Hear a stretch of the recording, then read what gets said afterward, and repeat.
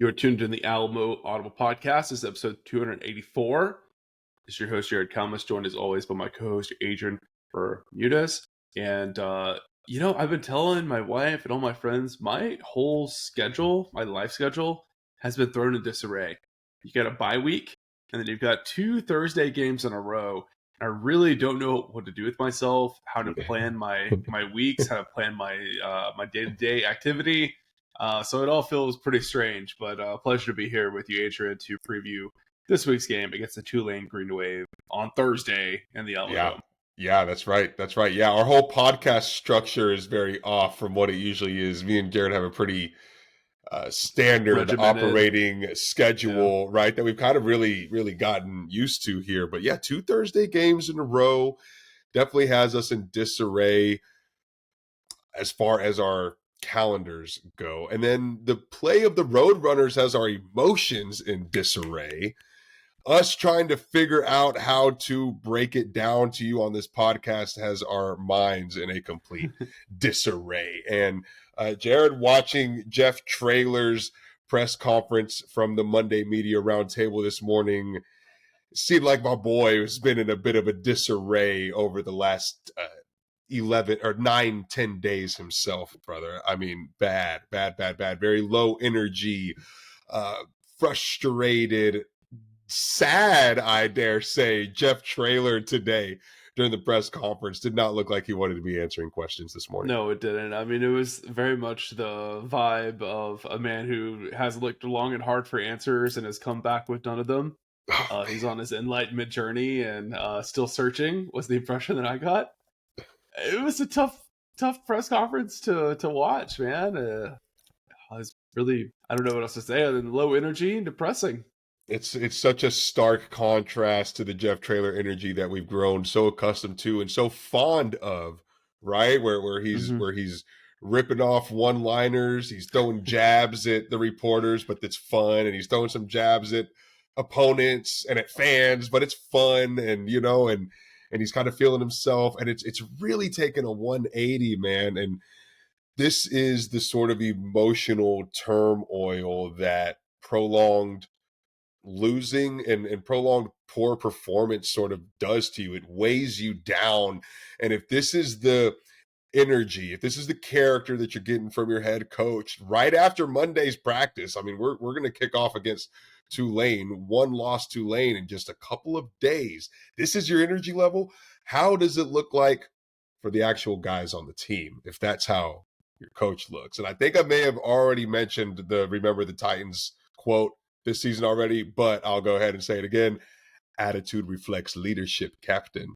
And Jeff Taylor's attitude wasn't too good today, buddy. I'm telling you, or Bubba, as Jeff likes to say. Well, that's what I was going to say. I mean, I was joking with Asia before we started recording, and you can tell how aggravated Jeff is by how many times he calls Greg Luca Bubba in the press conference. And I think we hit 3 of them in 9 minutes. So it's very concerning. Yeah, the Bubba count is high right now. So yeah, how does that factor into the betting line? Let's get a breakdown of that. Yeah, it's tough right now, and so Jared, you mentioned a guy that's been searching for the answers and hasn't come back with any yet. Here we are, 9 days after one of the worst losses we've seen UTSA ever take. They take it up against a rival at that, 55-17, getting smoked against the Denton Mean Green to a coach that Jeff Traylor has never lost to before in his entire career at that. No changes have been made to the UTSA coaching staff or roster construction. I don't know that we necessarily expected any to happen. I think we've kind of resigned to the fact of Jeff Traylor making midseason changes. But it still, I think, is something worth highlighting because people still sort of search for that headline when they're opening up Twitter on Monday or Tuesday. Leave him on the tarmac. Leave him in Denton. Da, da, da. It's not happening, right? It's just a fact. And crucially, when they're making their decision if they're going to go attend a Thursday game or not, and have to make special arrangements to leave work early and get a babysitter or whatever, and they're like, if the team doesn't care if they find these results acceptable, then I'll just take my money, my time elsewhere. So very concerned with attendance for this week. But you're right, Adrian. I mean, we've seen time after time the winner And the loser of the UNT UTSA game usually has some kind of coaching change when it's a big loss like that. UTSA was the major loser this year, and to our knowledge, no coaching change has happened. And I think you can draw a direct line from UTSA blowing out North Texas last year to them firing their defensive coordinator immediately after the game, literally the next morning. And then they go out, they get Skylar Cassidy, they bring in these San Francisco State transfers, and it just transforms that defense. And now they're a group of six darling. There was talk about them hosting college game day potentially. So an incredible turnaround, and it just goes to show when you do not put loyalty over liability, as we say so often, you can have tremendous results whenever you've got a lot of money to spend on great coaches, and there's a lot of good coaches in the market like there are right now. But UTSA hasn't gone in that direction yet, so we'll see if that changes. Gosh, what a flip-flop from UTSA getting meeps from McAfee on game day to now UNT being teased to host, and Denton and us on the other side of that equation. Which, on that note, Jared, ESPN is coming to UTSA. Yeah. It's not for a college game day kickoff to celebrate a rolling Roadrunners team. That's definitely not the case here. I don't know, is it like a campus tour or something that they're doing? There's a Thursday at 1 p.m. Sports Center taping or live Sports Center that is going to happen on the main campus of UTSA. Holy wow, this is crazy. Yeah, it's something that ESPN's been doing to promote these midweek games. They'll have the guy who runs Sports Center just kind of pop up on those campuses and do a couple of small segments. But it's just a cool small little thing, and I hope it's fun for the students. They picked a pretty random spot to set up the recording. Mm-hmm. It's like a little patch of grass that's like in between like one of the student union buildings and like the McKinney building. Strange. But those big steps that very weird spot. It's a very dark spot, very shaded. So I'm really curious to see how a TV shot is going to look. Why would it not be in front of the second floor front door to the JPL on the balcony that sits on top of the Sombria, and you've got this backdrop of the Sombria, of the Iron Rowdy statue, of that quadrant of the three buildings, and like a little bit of the campus architecture behind you. Like, there's such a fantastic backdrop to be had, and the vantage points of UTSA being built amongst the hillside of 1604 and I-10 corridor. I mean, there's some beautiful sweeping landscapes like around the main building and the JPL, and like there's so many cool spots that come to my head immediately off the top. And we picked the UC grass patch. That's crazy to me. That's crazy. My guess is it has to be close to a road, because they probably got to pull a truck or a van up to like run the equipment. It's not like they're going to set up in a studio or anything like that. So that's my guess to why it's that spot, because there is that little road that kind of runs right behind that patch of grass right there. Only thing I can think of. It's a very strange spot. We'll see how it turns out. But, no matter what, it's still a cool opportunity, good engagement for the students. And hopefully it translates to pretty good student attendance on this Thursday blackout matchup. Yeah, I would really hope that UTSA is able to shed themselves in a good light on Thursday with two ESPN opportunities, one during the day on Sports Center, and then another on the national stage on ESPN with this Thursday night broadcast against Tulane. I think they interview the head coach in these like game day segments or whatever they're doing for Sports Center. So I really hope Jeff isn't on there crying on ESPN again like he was today in the presser. Like, that's not getting anyone fired up to tune into this game. Let's not get any bubbas at the ESPN cameras. Yeah, please no. No. Let's hope. And then I think Alamo Dome is going to have a pregame segment of sorts or some sort of thing that's going to occur in there too. Cool. I was really hoping, and I had heard that UTSA had pushed for this, that they would do that segment from downtown, like in front of the Alamo or on the Riverwalk or something. I think that'd been a lot cooler. No shade, no disrespect to our beautiful Hill Country campus and all of that. But I feel like integrating it into the downtown vibe of the urban setting would be a lot cooler. But nonetheless. Maybe it's easier to have that pool around Alamo Center reconstruction whenever your team is winning. And maybe they're just like, hey, let's just try to keep this thing, quiet. We're gonna do Sure. Sports Center. It'll be nice, Keep it but simple. there's not too much to rah about right now. No one's feeling themselves or something like that. Yes, it's grim. It's grim. Speaking of that, what's your attendance prediction for this It's game? low. It's low. I mean, you were just sort of hinting at it. Why would you go out of your way to go and see a 3-4 UTSA team on a Thursday night? It's a hard bargain to make. I had intended for months to take a half day on Thursday and drive up to San Antonio for this game, but there's no reason for me to make that sacrifice at this point. Like, I can't warrant it. I can't warrant it with my job, with my wife, with my children at this point. You know what I mean? So for me, it's hard after a 55-17 blowout loss. You have a Thursday game that you have to follow that with. It's 10 days later. Golly, man, I'd be shocked if there was actually 20,000 butts in seats in the Alamo Dome. Will they announce 23 or 24? Sure. But actual physical bodies in the building, yeah, I'd be shocked. Yeah, that's where I'm at as well. I'm just hoping and expecting the student section is going to be pretty good. The allure of the blackout, it being a Thursday night, at least when I was at school, like Thursday night was the night that you went out downtown, right? You get the college night deals at the Riverwalk bars and stuff like that. Thirsty Thursday. So let's hope the students show up and they stay for 4 quarters because it's a competitive football game, but we'll see. But I think the showing outside of the student sections can be pretty rough. I mean, I know very few of my friends that are going to the game.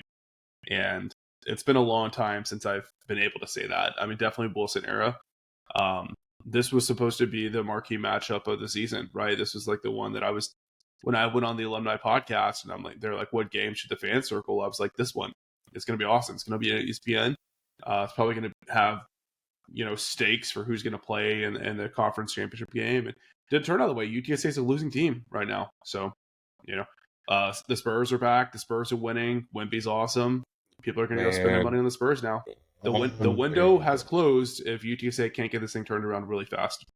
Really, really fast. Really, really fast. And that part is the most difficult, Jared, because on paper, it's the day before Halloween, an ESPN nighttime broadcast. You go to the tailgate. You go to the football game. The next day is Halloween. So we got Halloween parties all week. Like it is a total college student's dream weekend at the end of October, right? And yeah, a lot of that luster gets taken away whenever the team's not playing well. And unfortunately, I mean, you can't expect there to be a great tailgate turnout in the lots either because of a low attendance and a poor attendance. So very, very good call out, Jared, that the Spurs are playing better and San Antonio is now going to start looking that way. And puts the Roadrunners on high alert, man, for people's eyeballs and for people's attention and dollars at that. Yeah, and it's a lot harder to buy your way out of this hole with like putting a bunch of money into rev share and NIL and stuff when you're not generating revenue because the team is not fun to watch. So let's hope the Roadrunners turn it around with the swiftness. Before we start talking about the Green Wave and what they do well, where they're struggling and all of that, from a UTSA perspective, obviously outside of a win, what do you need to see from this team to feel better about them finishing on a high note, getting to a bowl game, winning record, etc.? I'm gonna steal what you just said. They gotta be fun to watch again. I haven't had fun watching this team since week 2 when they put up 36 points against Texas State. And even and against A&M, I think they were a fun team to watch too, at least for the first half, right? So until we see a team that you can enjoy the offensive product that's on the field or the football product altogether, and a team that also looks like they're having fun out there. I mean, the team needs to be fun to watch again. They need to be playing cohesive football. I mean, look, we're in 3 of the last 4 games scoring under 20 points, right? 17 points against Colorado State, 21 points against Temple, 13 points against Rice, 17 points against UNT. Dude, Well, Yeah. the 13 for Rice is definitely wrong. They put up points in that game. Oh, I'm Let's take that sorry. one I'm away sorry. from I'm sorry. Rice put up Yeah, you 13 read that one against. backwards. Rice put up 13 against UTSA. 17 against North Texas. 21 against Temple. 17 against Colorado State. So like hardly broke the 20 mark against Temple. Under 20 in 2 of the last 4. Hardly broke 20 in 3 of the last 4. Thank you, Jared. That's And that. two, you got to keep in mind, as limited as the scoring output is, almost all those points come on like single explosive plays. They have not been able to stitch together drives. They have been awful on third down conversions. There's been a lot of 3-and-outs. This offense has been just incredibly hard to watch. You know, everyone complains about the screen passes, but just not a cohesive, flowing offense. And it's very jarring sometimes too, like when it's a bye week like UTSA just had, and you know, you sit on the couch a bit and you watch some different offenses from across the country, and it's like how do they got guys open all the time? You know, UTSA never has anyone open. It seems like every time, even when they complete a pass, it's into coverage. We're doing something wrong here, right? Even if there are some talent issues, it Yeah, can't and be as drastic as what you see when you watch other teams. well, you just can't remember the scoring output being so low so often from a Jeff Traylor team. It just Yeah. hasn't happened since Frank Wilson was the head coach here. But yeah, I mean that's appalling. That's appalling to be struggling to get to 20 points against your conference foes. And so I Yeah. think, yeah, a team that's fun to watch, a team that's able to put up some points against a team as good as Tulane gives you a little bit of confidence. But I don't know, Jared. I don't know if there's one single anything that could happen besides beating Tulane that could have me feeling like we're bowl bound, bowl potential on a Friday. Yeah, I mean, my answer was going to be just an efficient passing game and feeling like Owen's finding the open guy and hitting them in stride and moving the ball effectively in that manner. But they've done it before this year. So I think even if they were able to do that, I would still feel like, okay, can they do it next week and the week after that and the week after that? And even if they do it on Thursday, my answer is going to be probably not, right? Because there's been no consistency there. So, Well, and it's just the how daunting these 2 Thursdays are. I yeah. mean, you have 2 Thursday games on ESPN against the 2 strongest teams in the American Conference in Tulane and South Florida back to back. I mean, it's grueling, right? And being on UTSA, I mean, being in that locker room and staring down the barrel of that, I mean, it's got to feel like an uphill battle. You know, I like at times like there's something that you can rally behind or sort of dig into to create that magic. But you look down the barrel of these 2 games and it feels really, really hard to dig anything out of. But I guess that was sort of the situation whenever we were going up against Memphis last year. They found Mhm. something to dig out and they won that game. But this doesn't feel as plausible as Memphis did. But I don't know. Maybe if I were to rewind 1 year, I felt just as hopeless going into the Memphis game as I did against Tulane. Yeah, my memory tells me UTSA was on a bit of an upswing heading into the Memphis game. I could be wrong about that, but that's how my mind remembers it at least.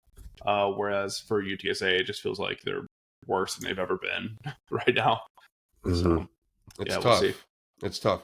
So this is pretty, to me, disrespectful to Tulane. Unprecedented that the spread is 3.5. There's a 3.5 point favorite. It opened at 4.5, so it's actually gone more in UTSA's favor since it opened. Tulane is 6-1, Jared. They've beaten Duke and they've beaten Northwestern. The only loss that they have is to Ole Miss. How in the hell are they only 3.5 point favorites to a 3-4 UTSA team? The Alamo Dome don't count for that much. Well, you know, I think UTSA has been kind of overrated by Vegas this whole season. Some of the metrics as well, I think, have overrated them. There's no accounting for just a general lack of cohesion across the players, you know. So I think that's part of it. I think also, I mean, when you watch Tulane these last couple of weeks, they haven't looked as like dominant as you would expect from a roster this talented, a coaching staff this successful. Um, they've looked shaky, I would say. but they are such a gritty, tough-nosed team. They find a way to win. So I think that's why the spread is what it is, because they've kind of been struggling to put points up as well. I mean, especially relative to their talent level and their expectations, just like UTSA. So I True. think that's part of it. I think just an expectation of a lower scoring game. But you do have to give UTSA some extra points for the Alamo Dome and how great their record has been at home.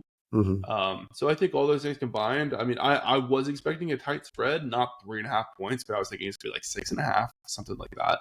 So I'm not like too terribly shocked. It's, a field goal less than that. Okay. Well, I've got two.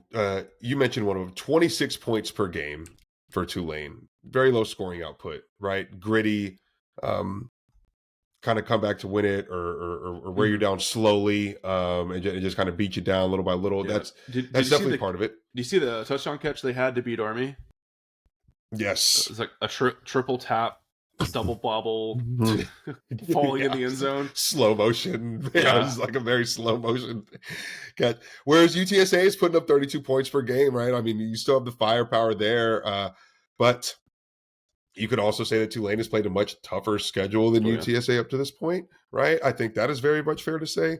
The other thing that Tulane does not have going for it is that they're 128th in the FBS with 72 penalty yards per game.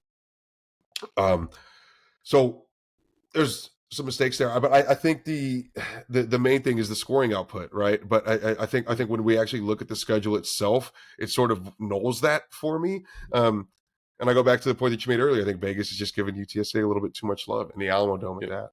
Yeah, interesting tidbit on the penalty stuff. So Tulane leads the conference in penalty yardage per game. It's weird to phrase it this way, but UTSA leads the conference in opposing penalty yards committed while playing against the team. My phrasing for that was terrible. But UTSA's opponents are generating more penalty yardage than any other team. So those two stats alone, Tulane could be dropping 90, 100 penalty yards. That could be an equalizer for the Roadrunners if they're able to play clean. Interesting, very, very interesting. That's some Um, sharp betting advice right there. yes, fascinating. Yeah, well, I mean, 3 games in the double-digit penalty count for Tulane so far. Yeah, Which I might feel like the one thing that is not very John Summerall about this year's Tulane Green Wave, but sure. a tight run ship, I think, still right. Nevertheless, Yeah, and a lot of those penalties are just like physicality penalties. Joe Traylor talks about that a lot. Like, there's dumb penalties and there's penalties from playing hard, and one's worse than the other. I yes, I think Tulane is kind of similar to UTSA, where a lot of those penalties they have are just like effort penalties. A guy trailing from behind who wants to make the play, he happens to grab a little bit of the helmet when he goes to tackle, stuff like that. mm-hmm, mm-hmm. I haven't studied all their film closely enough to know what percentage of those are what we call like effort or physicality penalties versus illegal formation and offsides and stuff like that. But Or late hits, unnecessary roughness, right? Like yeah, the bonehead penalties, the mental right, mistakes versus just kind of being swallowed up in the moment, which I will give Jeff that argument. I do think that one penalty weighs more than the other. Now, hmm in terms of yards that you're giving to another team, those are still the same. But we actually talk about like the culture of the football team, the discipline of the football team. Certainly, so those mental ones are yeah, a lot worse. yeah. So let's go to the Green Wave offense, Jared. Let's talk about Jake Retzlaff at quarterback, senior quarterback, 6 touchdowns to 1 interception. He's completing 61% of his passes, 200 yards per game, throwing the football, and he can also do it with his feet hmm a bit, Jared. So he's really good whenever he's got a bust out for it. He's actually the team's leading rusher, 450 yards on the season for Jake Retzlaff, 8 touchdowns with his feet, and Yep, more rushing touch yards than passing. yes, that's absolutely right. And yeah, almost 6.5 yards per rush per carry for Jake Retzlaff. So doing a little bit of everything in the backfield for the Green Wave. Yeah, I mean he's carrying this offense 110%, which is crazy because I think he got to Tulane like 38 days before the season started or something like that. For those that don't know, Jake Retzlaff was like a star quarterback at BYU. He even though he played at BYU, he is Jewish, so they called him BY Jew. And he was amazing there. BYU was getting talked about potential dark horse for a playoff bid. Yeah. And then there was some improper behavior that is Mm. very unclear. We don't really know the whole truth of what happened. But regardless, if you're even accused of having premarital sex at BYU, it's an honor code violation, and you're out of there. So he entered the transfer portal as a walk-on to get around a rule that prevents people from having to sit out. And he ended up at Tulane, where he's not on scholarship. Of course, he's getting NIL revenue share and all that. But yeah, he got there really quickly, won the starting job right away over some qualified quarterbacks as well. It's not like he had a wide open path to get that starting job. But he's been tremendous. I mean, his stats I think are kind of pedestrian, but when you watch him play, he's got just like that backyard ball player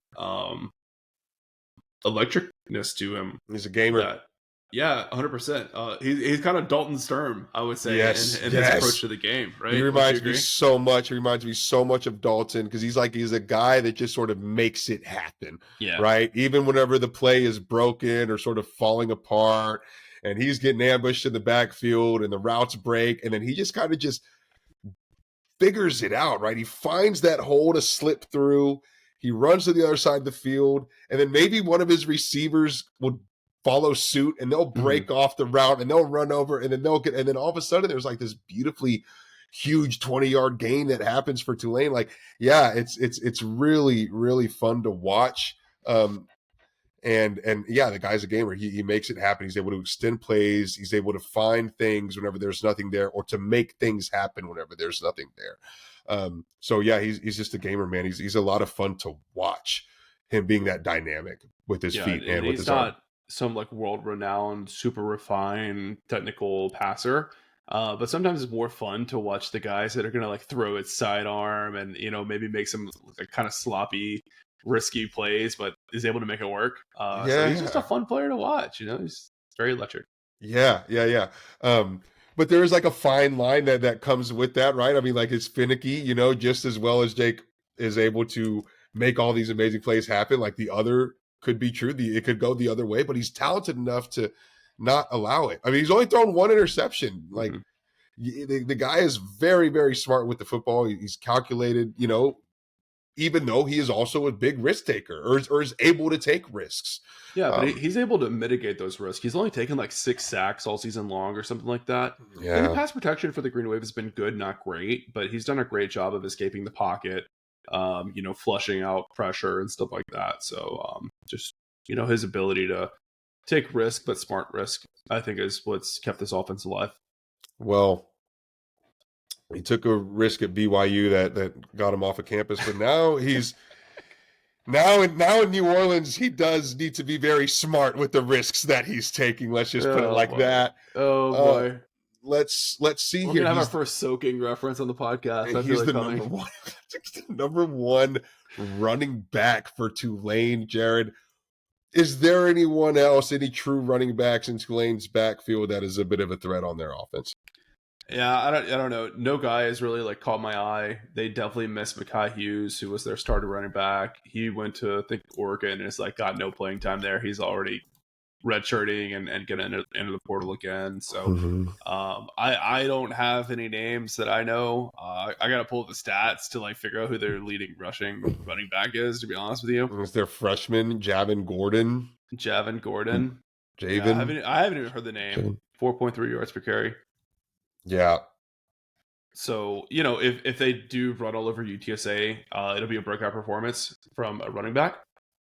The rushing lanes, I don't think have been there like we've seen from this group in the past. Offensive line has just looked, I don't know, kind of average. They were so good these last 2 years, and I don't know if they lost some guys to injury or what, but they haven't been as imposing and intimidating out there as we've seen from them in the past. So I think the lack of a run game there gives UTSA a fighter's chance. the biggest decision you have to make if you're Just Lep, and this has kind of been a sticking point for UTSA this year, is are you going to bring pressure or not? Because when you've got a guy like Retzlaff that can take off and run and score from anywhere in the field with his legs, if you bring that pressure and he's able to step past that pressure, then it's going to be nothing but green grass in front of him in the end zone. So we've seen UTSA be pretty cautious with those kind of dual threat quarterbacks this year. If you think back to Marcel Reed in the A&M game, Brad Jackson for Texas State, they really don't want to send full pressure and give those guys the opportunity to break a big play with their legs. But if you're UTSA, I think you got to be very aggressive. Like, your season is on the brink, and I wouldn't want to go down with a conservative approach on defense.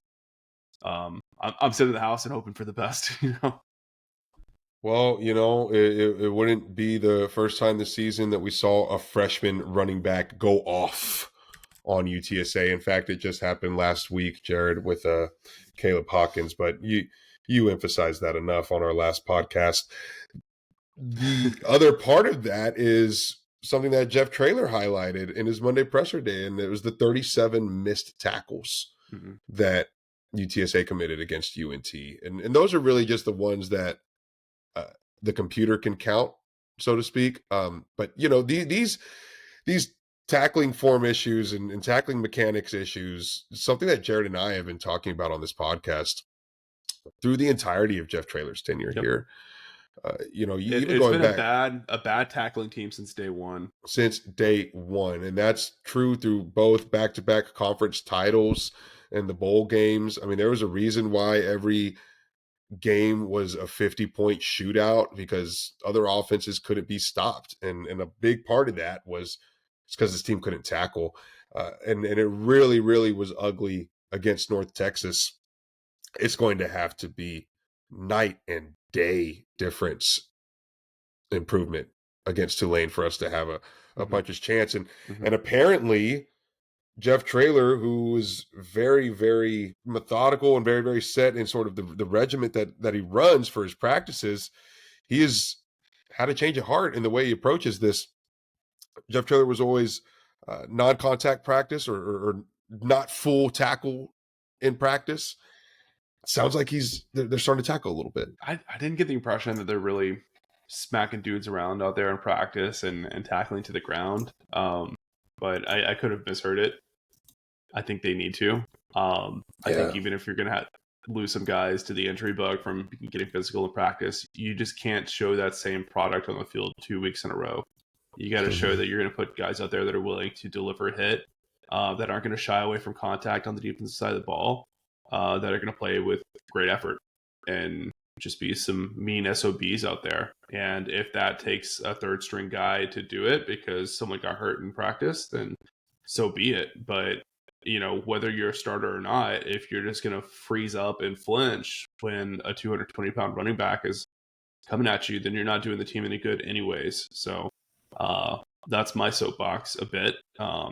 Nothing gets me fired up quite like seeing some less than courageous play on the defense. Choosing my words very carefully here.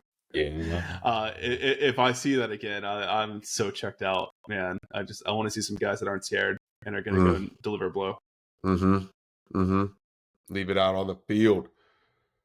And so look, if they don't wrap up and they get missed tackles that way because guys run through them and it's a hard hit, that's easier for me to swallow than guys that just run towards the ball carrier and just kind of stand there. It makes me sick.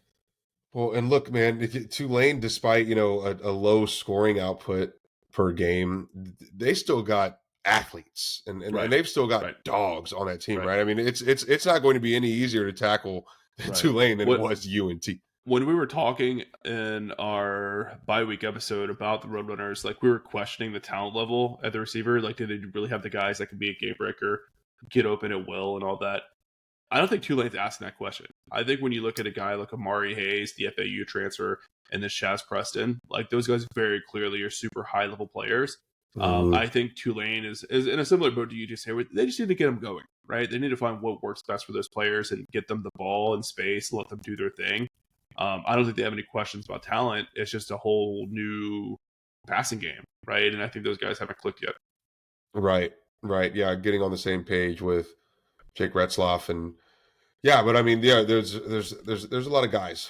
There's a lot of guys in that receiving room between Chaz Preston, Omari Hayes, and Bryce Bohannon. I mean, there's and then Anthony Brown Stevens gets a lot of balls thrown his way too, Yep. and there's that much about Jake Retzlaff is that he's done a really good job distributing the ball between his top receivers. I mean, Preston 20 receptions, Hayes 22 receptions, Bohannon 23 receptions. I mean, yeah, when you got those guys, you get them the ball.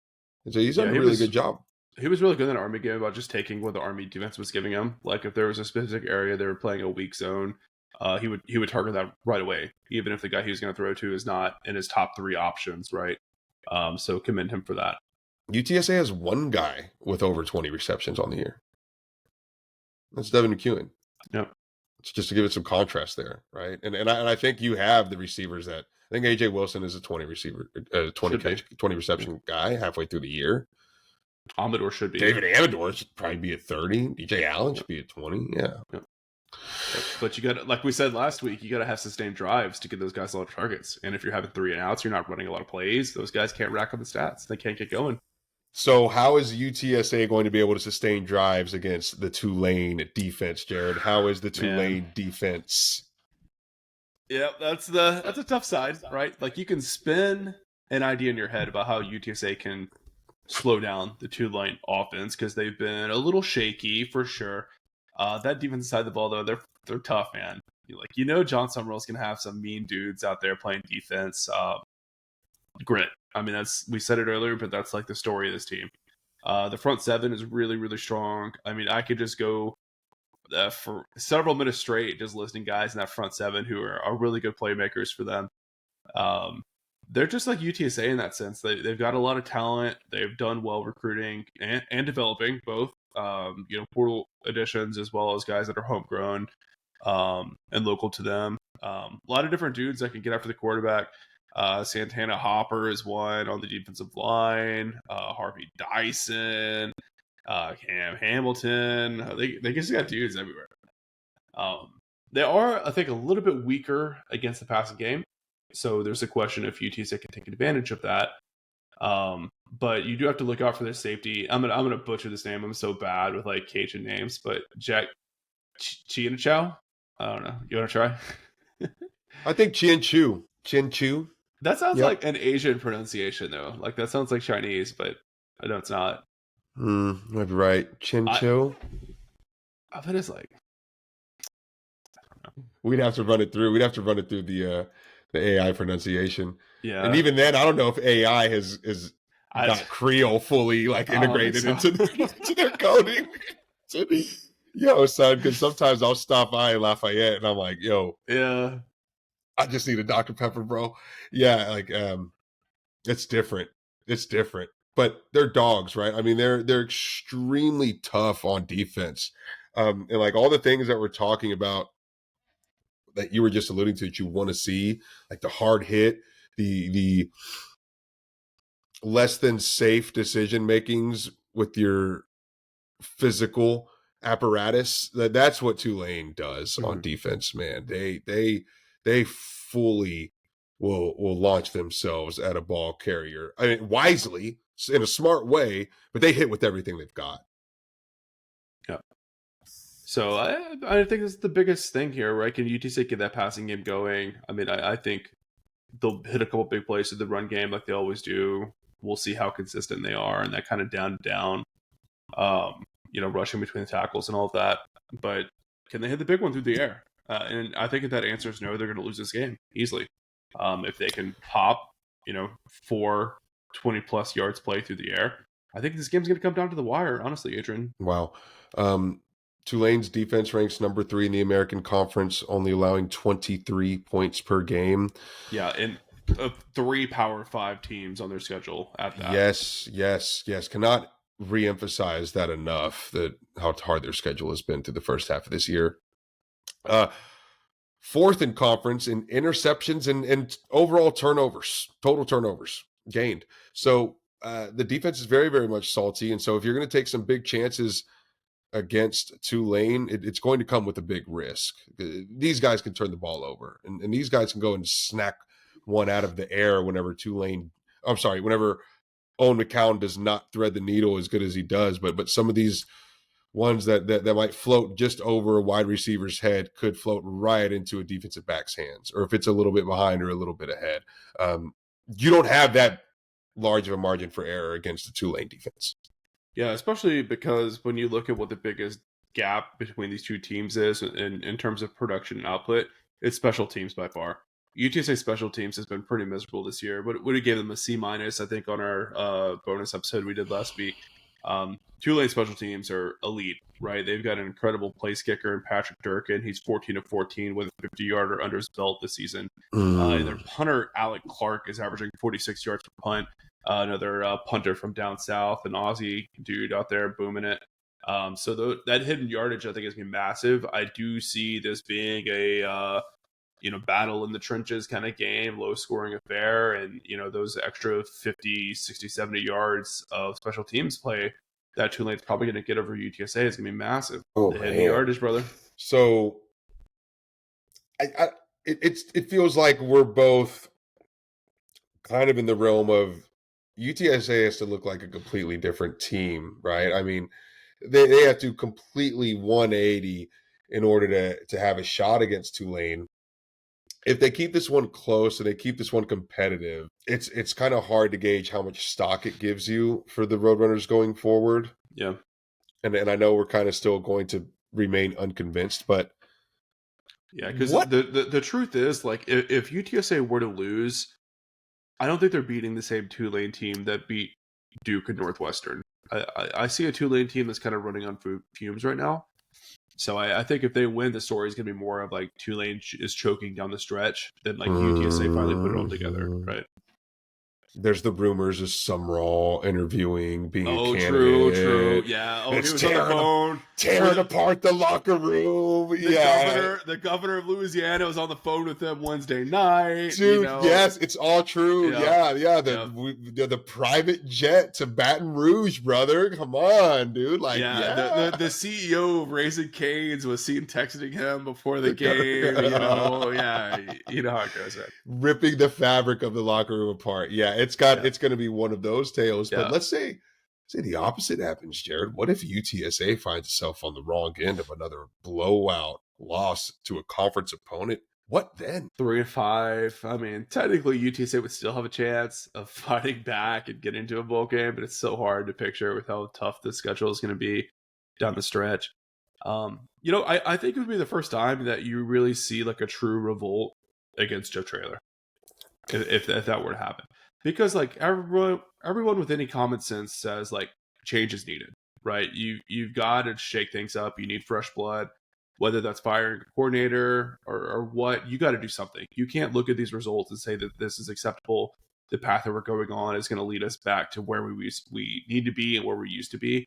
Mm-hmm. So I think at that point, if Jeff Traylor decides to, hold with what he's got and gets blown out again, then he's the fool, right? And the fan base is not going to let that go easily.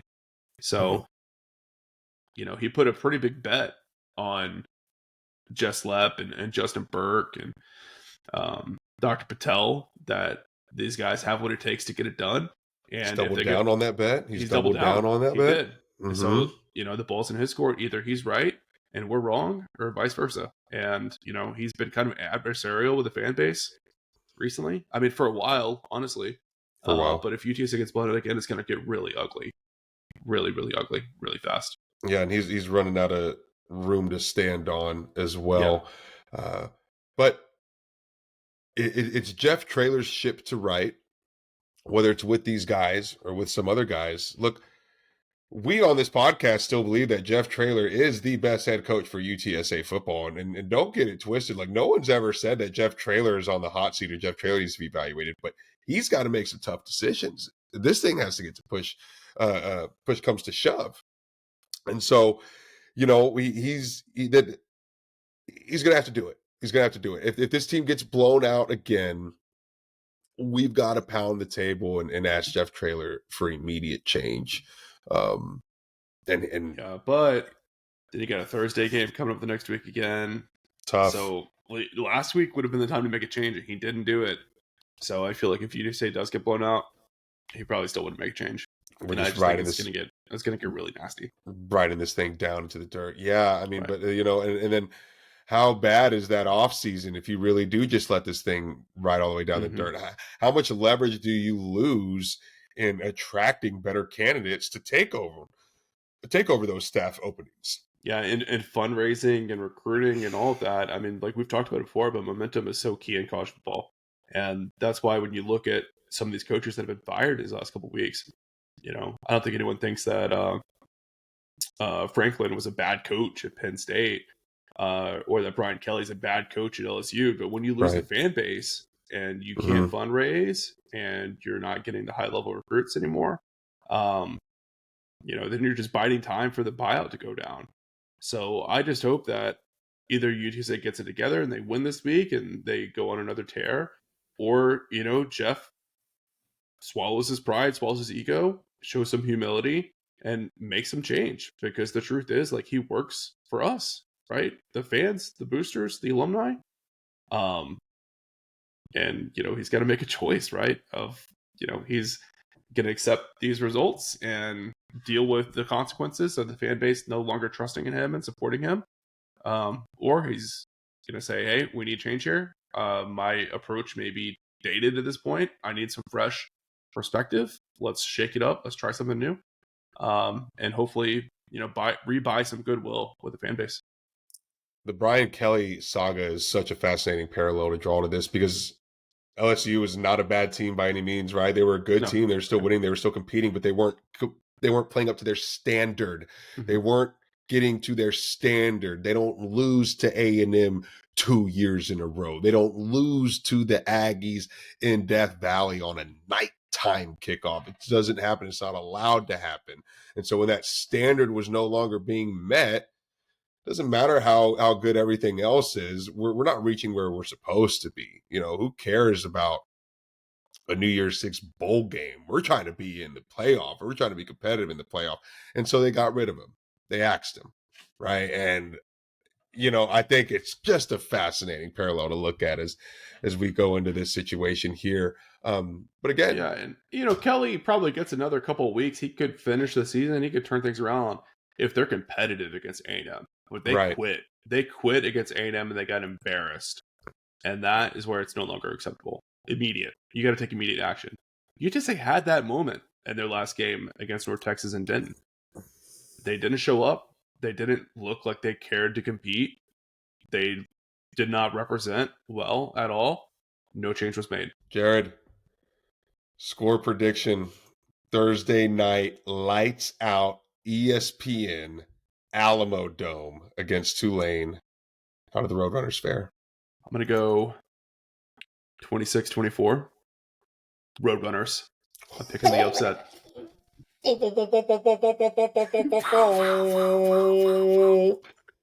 Oh man, dude! After you just hit the hammer so hard, you don't come back with the bullish take. Holy cow! That's awesome, man. The I think Alamodome magic is real. You got to respect it. the mother tree. Tulane just looks a little bit more shaky with each week. And they're just a vulnerable team right now. And obviously UTSA is taking their beatings, right? But they are so desperate for a breakthrough, for a win. While a coach may not have gotten fired, I do feel like they made some serious changes to something in the bye week. I really feel like Jeff Traylor is not an idiot. And I think that you're going to see a team that comes out and executes a lot better. Um, so I think they're just going to find a way to do it, right? I don't think they're a better team than Tulane, obviously, but I feel like Tulane is just stumbling down the stretch a little bit. They had a super hot start to the year. I think you could have a point about Summerall being distracted. He's going to have a lot of good job offers come his way. It already has, right?